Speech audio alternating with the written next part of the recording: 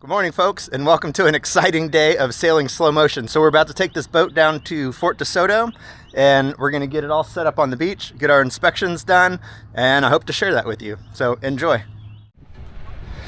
Okay, so we just got the boat set up, and we're getting ready to do the initial inspection or final inspection, the all clear to go. Let's do it. Let's do it. Of course, you've already had your PFDs Correct. completed, so And just watch your finger on this thing. this is the list. Let's do it. Let's do it.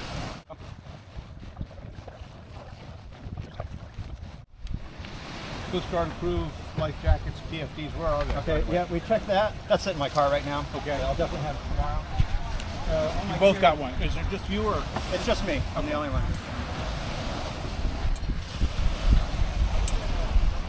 So first on my list, our list the same in order? Yeah. Okay. All right, so we need to have our Coast Guard approved signaling for day and night. Right. That is in here.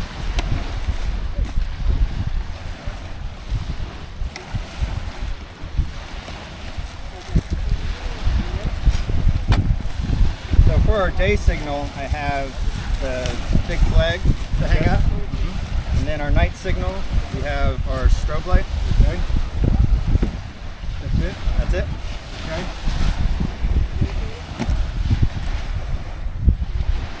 Coast Guard approved nav lights. So I have a solar panel charging a battery, and that runs to an instrument panel right here. So if I turn on all of my stuff, we have our rear light. Turn light.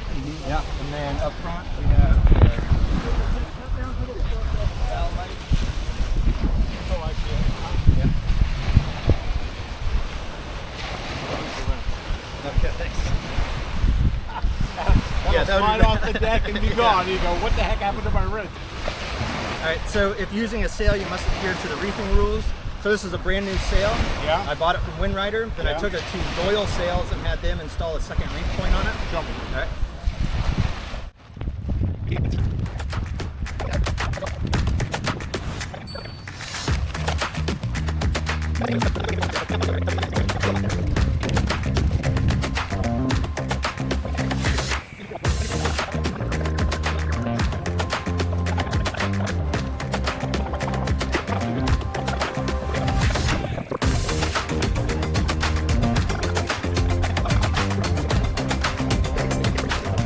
After I reef once, if I got to reef again, it will come off and flip up to the second reef point. That's the problem. Do you understand? No. Technically, I would not approve that. You Okay. have two reef lines, two separate ones, Two reef lines. two arrangements, technically. And frankly, honestly, and again, you probably sailed it, don't get me wrong. Yeah. You would, if you do them, have a them new rigged, sail. so you don't have to move them, you go up through here, and then you go around the boom, and then when you get this, you Yeah, follow pull this. down here. And Yeah. otherwise, you got, I mean, it may not be that big an issue, don't get me wrong. All right. But from a real reef perspective, that's how you do it, versus not how you do a real slab reef. Okay. I'm just saying, I would frown against, I mean, people think it's so easy because they've done it until it's 2 o'clock and it's cold and you're tired. Yeah, And now you're fevers. out there, it's blowing, it's piped up, so you need that second reef, so it's blowing up to 25 or something now. Yeah. And you're out there and this sail is now going, hard to do that, what you're talking about. If it's already reefed once, it's easy to second reef it because you've only got that much to do. So As you want the lines already attached here? It would be I preferable. have line. I mean, that's not a problem to set It would be that up. preferable if you did that, yes. Okay. All right, I'll do it right now. Have two completely rigged lines. This is all pain in the ass for you, but it's really in an effort to make everything, to make your life. And I don't know your history, I don't know your background, or anything. Yeah, that's fine. But really, I shouldn't play into it technically. You know? It's all right. So I'm going to drop the sail and we'll press on, and then I'm going Please to come do, back. let's do, yeah. And you don't have to raise it as far as I'm concerned. I just wanted to see how, Yeah. what the mechanism.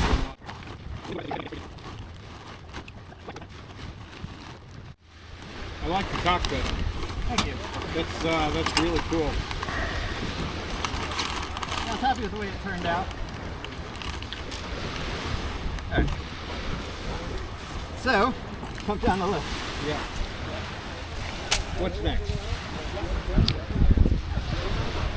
Reserve flotation or bulkheads.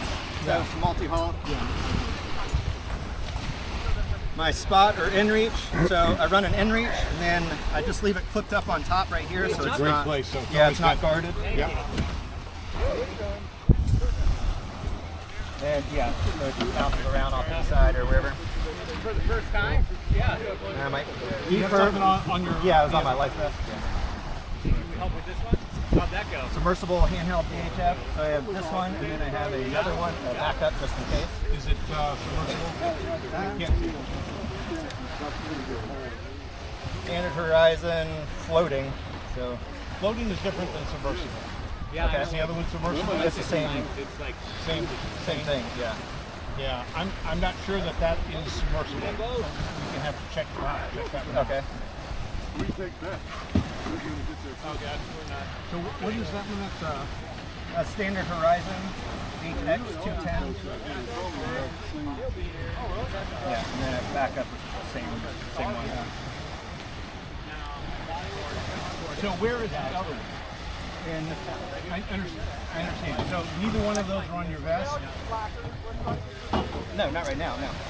No, I understand that. Oh, I yeah. assume that stays right where it is. Yeah, it'll probably stay there. Yeah. Yeah.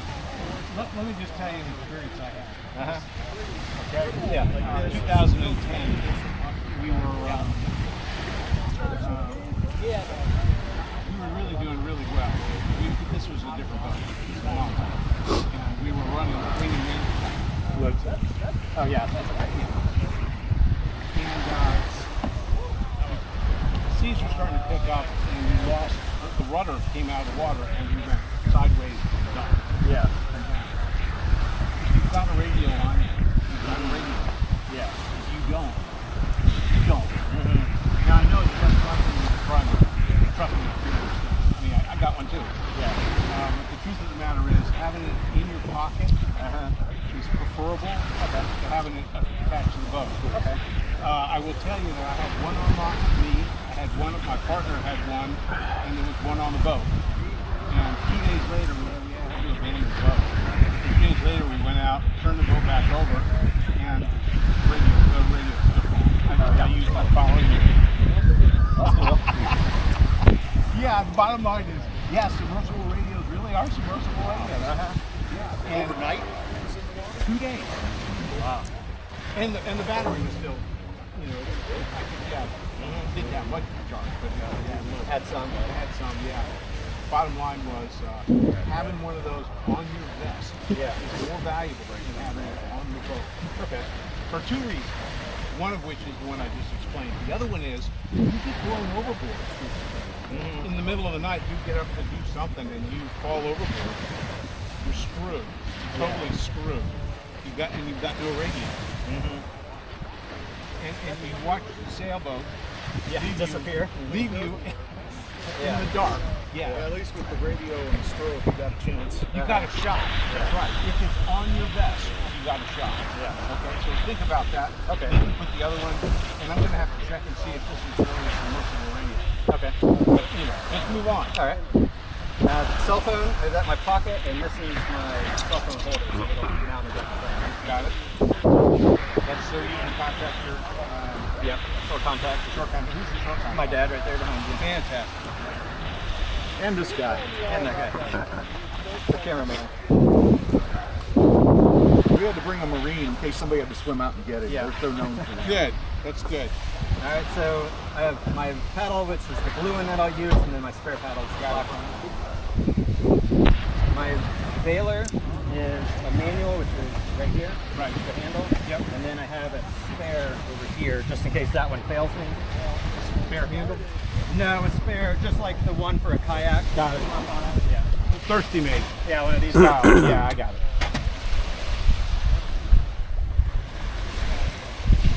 So self-rescue device getting back in my boat. Yeah. It's pretty easy to come in from one of the sides and Right. then pull myself over. So Right. that's not an issue for me. Yeah. Do you have an extra one of these hatch covers? I don't. Actually, It has one in the front, but it's in front of the battery, but it's a little bit bigger. Is it? Yeah, oh, it's nice. Yeah, mine, my boat has, they're all the same, so I've got a spare actually. Oh, that's cool. Yeah. The other thing I've done is I filled my pontoons with what I call redneck flotation. 2-liter soda bottle with a cap screwed on it. Oh, that's a good idea. And then just jam the damn thing. It doesn't weigh anything. Yeah, I was looking at pool noodles, and that was just kind of expensive. I was like, I don't know. Yeah. We'll wing it. But in the future, 2-liter soda bottles, like I said, redneck flotation. So that you can get on to. Yeah, really easy. Because when that's in the water, which one side's going to be a little lower, but if you go to that low side, it's right there. And I'm relatively strong to be able to pull myself up. Yeah. What are you going to leave on your pontoon? Nothing. Yeah, on the decks, they'll be completely empty. So everything fits inside of here. And then when I'm sailing, I usually put the hatch cover on when I'm sailing, just so when the water comes up, it doesn't get in there. But yeah, on the decks, no, they're bare when I'm good. When I stop to camp, we'll get there, but this is my sleep system also. So at night, everything will come up and get strapped down. Got it. Okay, system for boiling water or cooking. All right.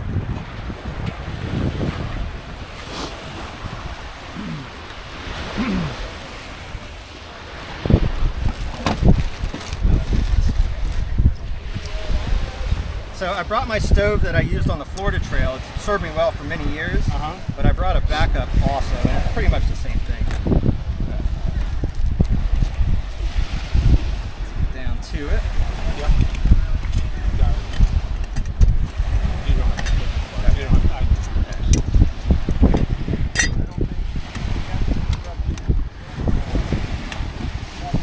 I can tell you, 1 year. It was cold, and I was in my wind rider, and several times that night I had to get out of my boat and fill a container with water, boil it up, pour it into a Gatorade bottle, and stick it down in my so that I could sleep. Otherwise, it was just too freaking. I was just freaking cold. Yeah. Yeah. That's a good idea, though. That and you got enough fuel for something like that? Yeah, so I got two so I have them separated also. So I have the full setup in here, and then I have another full setup in this thing. But that was a lifesaver. It was really cold that night. I remember 3 times I had to get up and reheat my water box. Shelter system. All right, so again, this is my shelter system, and I tried this out on the rainy weekend we had 3 weekends ago or 2 weekends ago. I took it out where it was raining when I left, rained all night, and rained when I came back in. So if I get in here, I have my sleeping pad is on the mat right there. It's a thermarest sleeping pad. So I lay that on the ground, and then in here, and this one is my sleeping bag that I used on the Florida Trail again, which is good to 40 degrees. But I've used it much colder. I've used it in below freezing, and then I have a whoopee blanket on top. Wonderful. So what do you do for cover? The hatch if I need it, and then if it's really bad, I have a tent, which is in this bag right here. And the tent is a kid's 6x6 tent, and it clips onto these rings, and then on the edge right there where that clip is there, and there. So then I have a enclosed tent right here, and then my sleeping area is cut out inside the tent. Wonderful. And of course, do you take both of those caps with you? I take those with me, yep. So Where at does night, the little one go? If I flip it upside down and then shove it in the front right Got it. So at night you close that one off. Yep, so that one's closed too. So you don't have to worry about water. Right, no rain coming in. Right, exactly.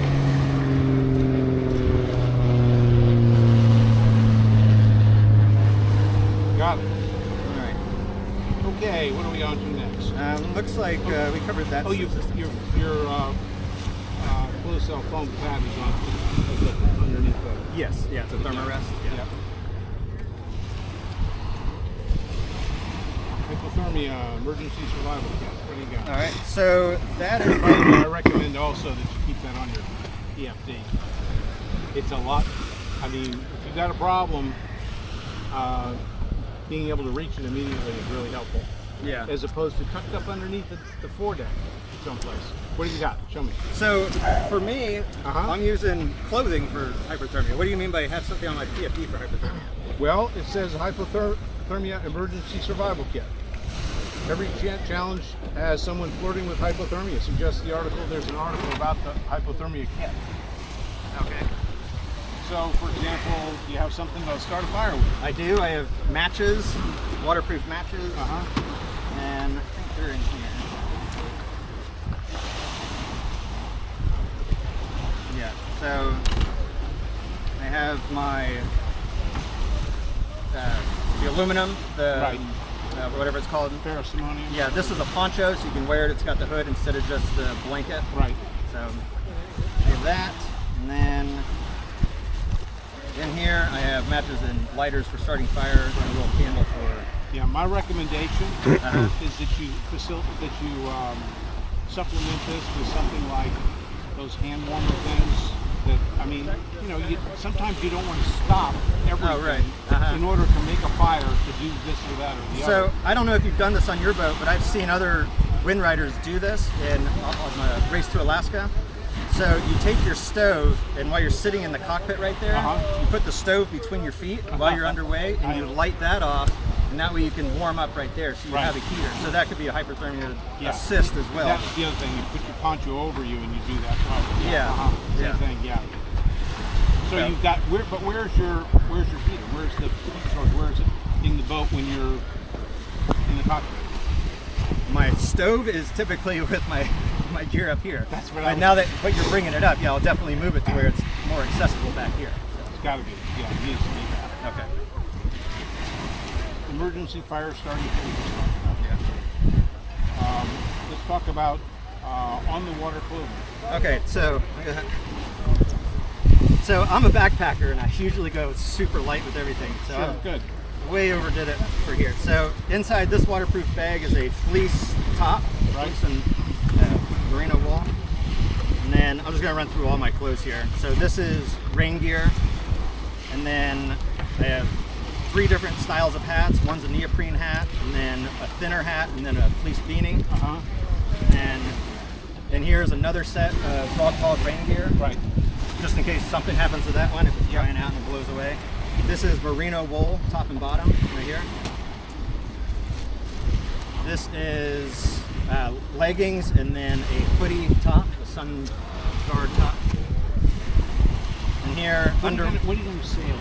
What are you going to wear when you go sailing tomorrow? so that's going to be dependent on temperature, right? So if it's really cold, if I feel the need, this is some lava core. This is a lava core pants, I think, here. And then I have a lava core top here, or vice versa. One of those.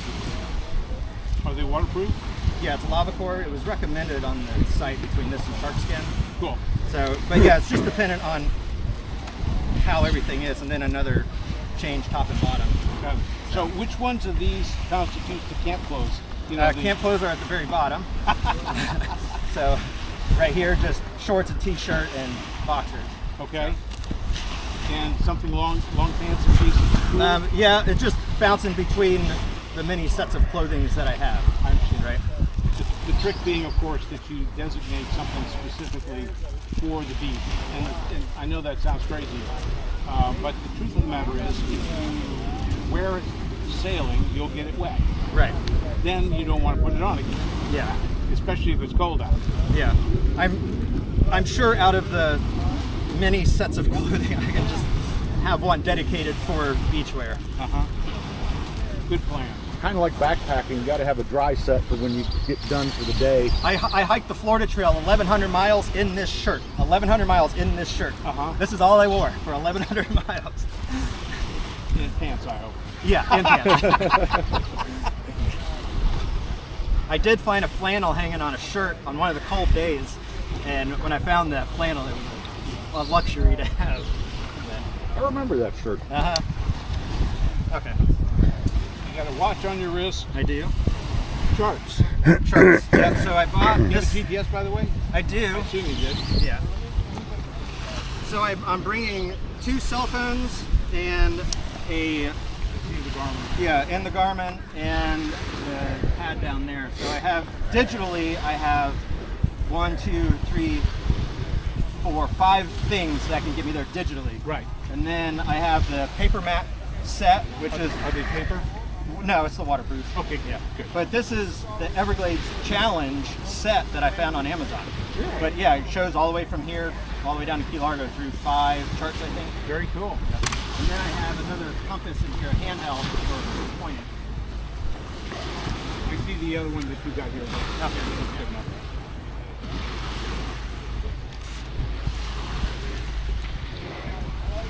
Boat and equipment repair kit.